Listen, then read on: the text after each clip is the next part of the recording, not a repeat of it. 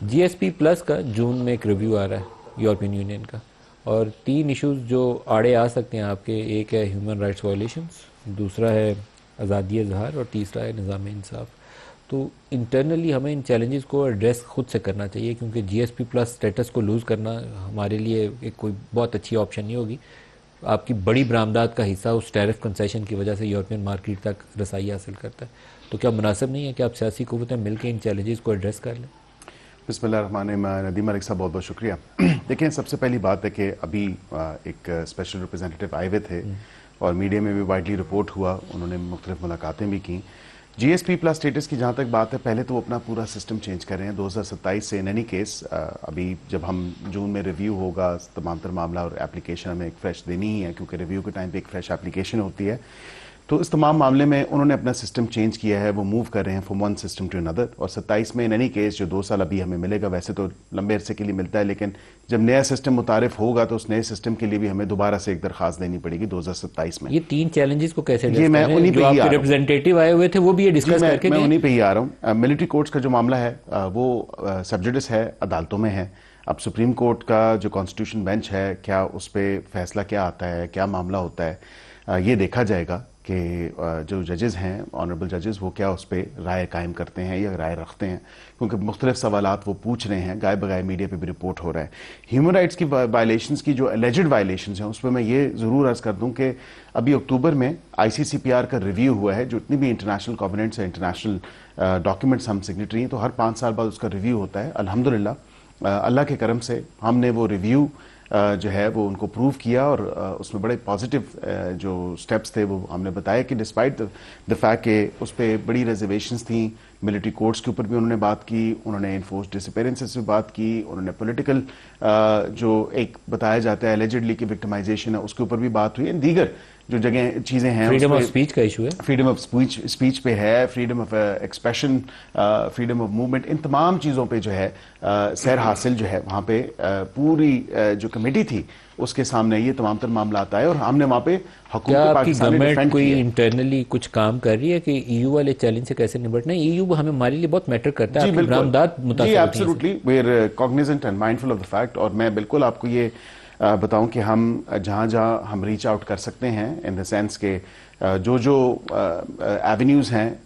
چاہے وہ برسلز میں ہوں، چاہے دیگر سپورٹ ہو مختلف یورپی ممالک سے، یہاں پہ جو ان کے مندوب ہیں ان کے ساتھ انگیجمنٹ ہمارا دفتر خارجہ کر رہا ہے، ادروائز جو انگیجمنٹ ہے وہ تمام تر ریزرویشنز ہم دور کر رہے ہیں۔ اور یہاں پہ جو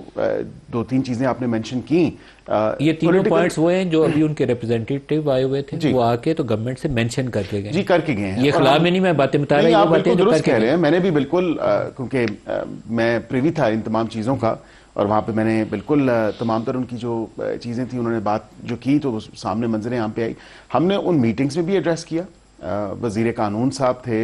کامرس منسٹر تھے، دیگر جتنی بھی منسٹریز میں وہ گئے، جہاں جہاں ان کی ملاقاتیں ہوئیں، پنجاب میں ہوئیں، یہاں پہ ہوئیں، ادروائز جو ملاقاتیں کی، تو تمام ملاقاتوں میں ہم نے ان کو ان کی ریزرویشنز